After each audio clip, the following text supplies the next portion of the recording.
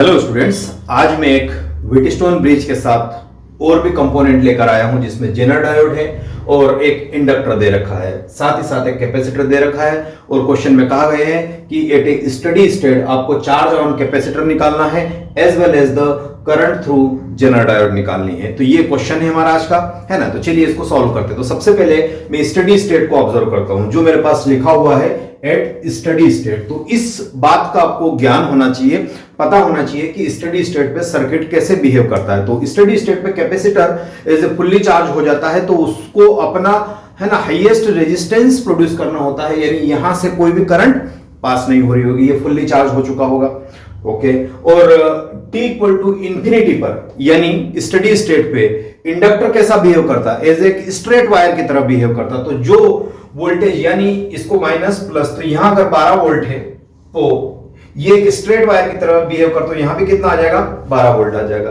That's all, क्योंकि इसका तो एक कोई मतलब नहीं रहेगा। और ये डायोड है जो कि आइडियल डायोड है, तो इसका रेजिस्टेंस इनफाइनाइट होगा, तो यहां से कोई करंट पास नहीं होगी, यानी ये वाली ब्रांच कोई मतलब नहीं है। सिर्फ ये जो 12 वोल्ट है आपका, ये यहां आ चुका है, यहां से कोई करंट पास नहीं हो रही। जो भी एनालाइज करना है अपर पार्ट से करना है। अब यहां देखिए, यहां पर रेटेड वोल्टेज या जनरल ब्रेकडाउन वोल्टेज आपको कितना दे रखा है, 6 वोल्ट दे रखा है। और पैरेलल में वोल्टेज इसने पहले ही सेट कर दिया 6 वोल्ट, ठीक है। एक ये चीज ध्यान रखना। दूसरी यहां से देखते हैं कि ये जो 1 ओम जो दे रखा है, अब यहां से मुझे इसको क्या निकालना है, करंट निकालनी है। तो यहां 6 वोल्ट पहले से क्या हो चुका है, फिक्स हो चुका है, तो 6 वोल्ट ये, और यहां कितना है, 12 वोल्ट। तो इस रेजिस्टेंस के अक्रॉस कितना हो जाएगा, यानी यहां डिफरेंस अगर ये 6 वोल्ट है तो यहां मेरे पास कितना होना चाहिए, इस जगह पे ये 6 वोल्ट होना चाहिए ना, और ये 0 वोल्ट होना चाहिए, ये ना डिफरेंस चाहिएगा। Yes sir. अब ये अगर 6 वोल्ट है और ये अगर 12 वोल्ट है, तो इस रेजिस्टेंस के अक्रॉस कितना वोल्ट आ जाएगा, रेजिस्टेंस के अक्रॉस अगेन 6 वोल्ट आ जाएगा। तो इसमें कितनी करंट निकल रही होगी, आई, ठीक है। इस साइड आई तो जाएगी नहीं, क्योंकि यहां भी रास्ता ब्लॉक है और ये भी फुल्ली चार्ज है, तो यहां जाना नहीं है। अब हमें इसमें नेट करंट निकालना, तो कैसे निकालूंगा, V equal to I R. V कितना है, 6 वोल्ट है, I जो कि निकालना है, R कितना है, 1 ओम है।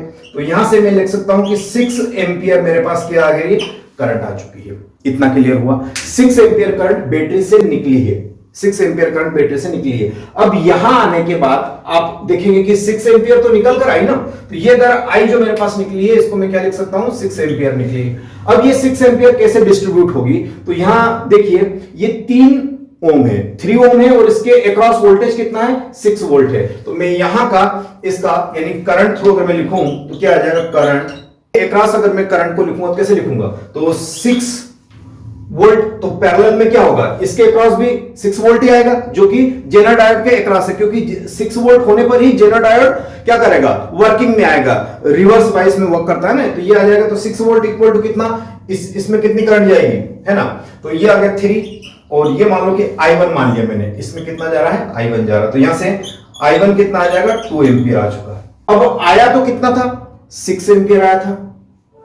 यहां से ये वाला जो लिखा है मैंने, ये एंपियर कितना आ रहा है, 6 एंपियर आ रहा है, ठीक है। लेकिन इससे कितना जा रहा है, ये लिखा मैंने 2 एंपियर जा रहा है। तो बचा हुआ 4 एंपियर कहां गया, 4 एंपियर किधर गया, वो इस जेनर डायोड से फ्लो हो चुका है। तो यानी IZ को अगर मैं लिखूंगा तो कितना लिखूंगा, ये वाला अगर 2 इधर चला गया, 6 आ जाएगा, कितना आ जाएगा, 4 एंपियर IZ आ जाएगा। तो जो IZ मेरे पास लिखा था, ये आपके पास आ जाएगा कितना, 4 एंपियर करंट IZ से जाएगी।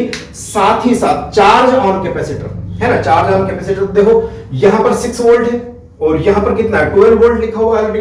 तो प्लेट के बीच का डिफरेंस ले लीजिए, कितना आएगा, 12 माइनस 6। तो ये कैसा बिहेव कर रहा होगा, ये हायर पोटेंशियल पे और ये लोअर पोटेंशियल पे बिहेव कर रहा होगा। तो इसका Q इक्वल टू CV लिख दीजिए, इसका सिंपल है ना। Q इक्वल टू क्या होता है, CV होता है, तो ये मैं लिख देता हूं, Q is equal to C कितना है, 5 माइक्रोफैराड दे रखा, वोल्टेज कितना है, 12 माइनस 6 मतलब 6, तो ये आ जाएगा 30 माइक्रो कूलम। कितना आ जाएगा, 30 माइक्रो कूलम।